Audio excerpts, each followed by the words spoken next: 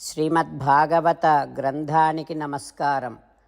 నిగమకల్పతరోర్గలితం ఫలం సుఖముఖాదమృతద్రవ సంయుతం పిబత భాగవతం రసమాలయం ముహురహో రసికా భువి భావుకాః.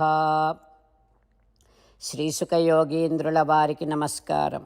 యం ప్రవ్రజంతమనుపేతమపేతకృత్యం ద్వైపాయనో విరహకాతర ఆజుహావ పుత్రేతి తన్మయతయా తరవోభినేదుః తం సర్వభూతహృదయం మునిమానతోస్మి. నరనారాయణులకు, చతుర్ముఖ బ్రహ్మకు, సరస్వతీదేవికి, వ్యాస మహర్షుల వారికి నమస్కారం. నారాయణం నమస్కృత్య నరం చైవ నరోత్తమం దేవీం సరస్వతీం వ్యాసం తతో జయం ఉదీరయేత్. శ్రీమద్భాగవతము 5వ స్కంధములో సూత మహాముని శౌనకాది మహర్షులందరికీ ప్రవచనం చేస్తూ ఈ రకంగా చెబుతూ ఉన్నాడు. ఓ మహర్షులారా, శ్రీసుఖ యోగీంద్రుల వారు పరీక్షిన్నరేంద్రుడికి శ్రీమద్భాగవతాన్ని ఉపదేశం చేస్తూ ఇలా చెబుతూ ఉన్నాడు. ఓ పరీక్షిన్నరేంద్ర, బిలస్వర్గాలలో ఉన్నటువంటి వారు సుఖమయ జీవనాన్ని గడుపుతూ ఉంటారు. అయితే సుదర్శన చక్రము ఆ బిలస్వర్గాలలో ప్రవేశించినప్పుడల్లా ఆ సుదర్శనుడి యొక్క తేజోప్రభావము చేత దానవ పత్నులకు పుంసవనాని భయాత్ ఏవ స్రవంతి పతంతి చ, దానవ పత్నులకు గర్భస్రావము అవుతూ ఉంటుంది. సరే, ఇక ఈ అధోలోకాలలో ఇప్పుడు ఒక్కొక్క దాని గురించి చెప్తా విను. అతలము అనేటటువంటిది ఒక లోకం. ఆ లోకములో మయుడి కొడుకు బలుడు ఉంటాడు. ఆ బలుడు 96 మాయా విద్యలను సృష్టించాడు. అయితే కొందరు నామమాత్రపు యోగులు, స్వాములు ఆ మాయా విద్యలనే ఈనాటికి ఉపయోగిస్తూ ప్రజలను మోసం చేస్తూ ఉన్నారు. ఆ బలుడు తాను కేవలము ఆవలింత ద్వారా, ఒక్క ఆవలింత ద్వారా 3 రకాల స్త్రీలను సృష్టించాడు. వారిని స్వైరిణి, కామిని, పుంశ్చలి అని పిలుస్తారు.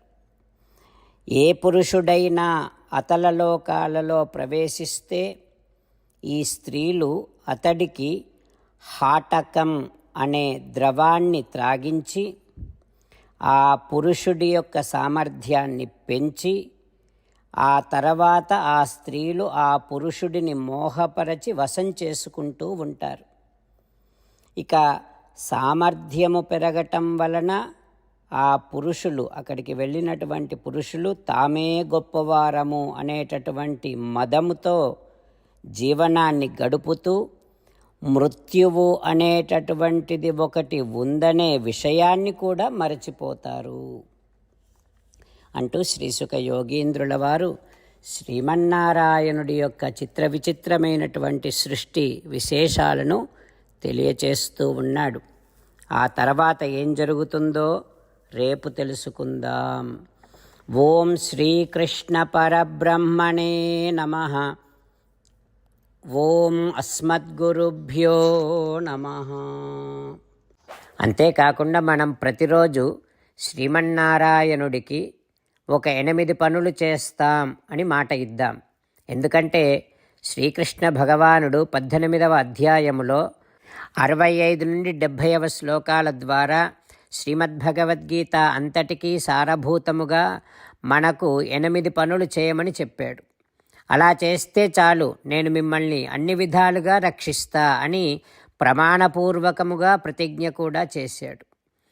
అందుకని శ్రీమద్భగవద్గీతను అంతటినీ విన్న తర్వాత అర్జునుడు కూడా చివరకు కరిష్యే వచనం తవ, కృష్ణ నువ్వు చెప్పినట్టే చేస్తా అని అన్నాడు. కనుకనే భగవానుడు అర్జునుడికి అన్ని విధాల విజయాన్ని అందించాడు. మనం కూడా ప్రతిరోజు శ్రీమన్నారాయణుడికి ఆ రకంగానే మాట ఇద్దాం.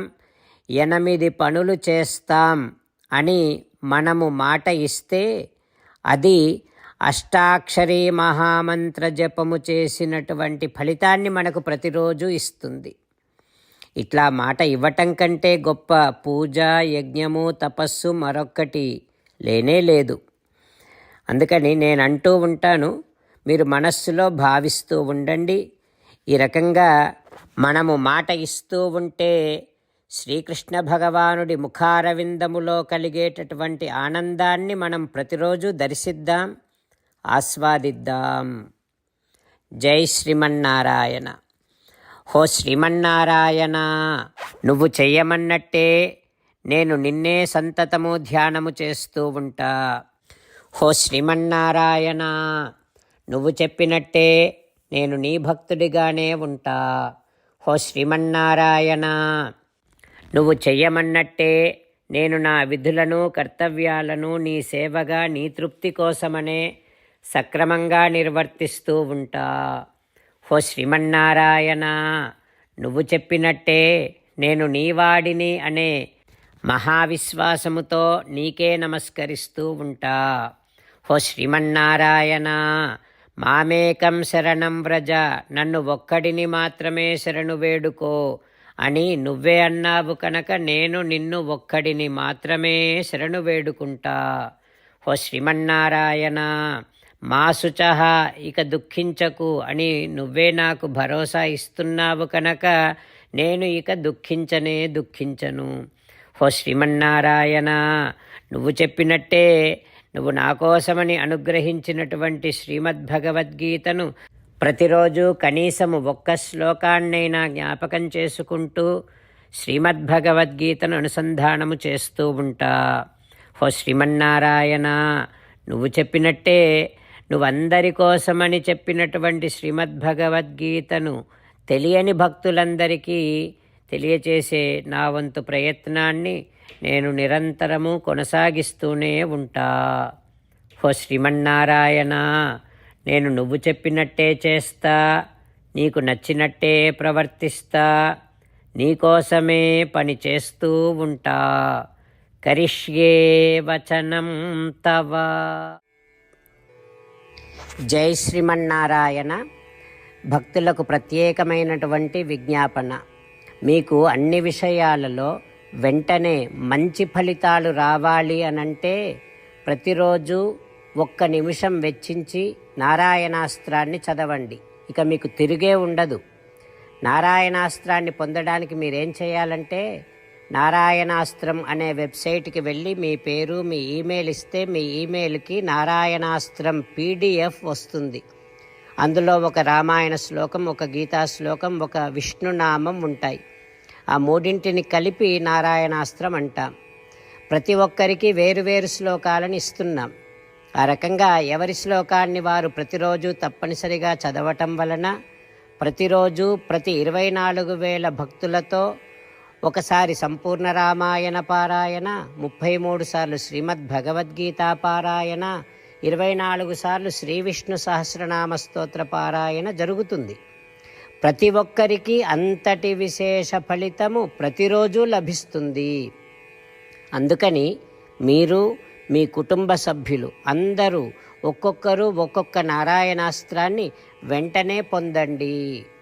జై శ్రీమన్నారాయణ.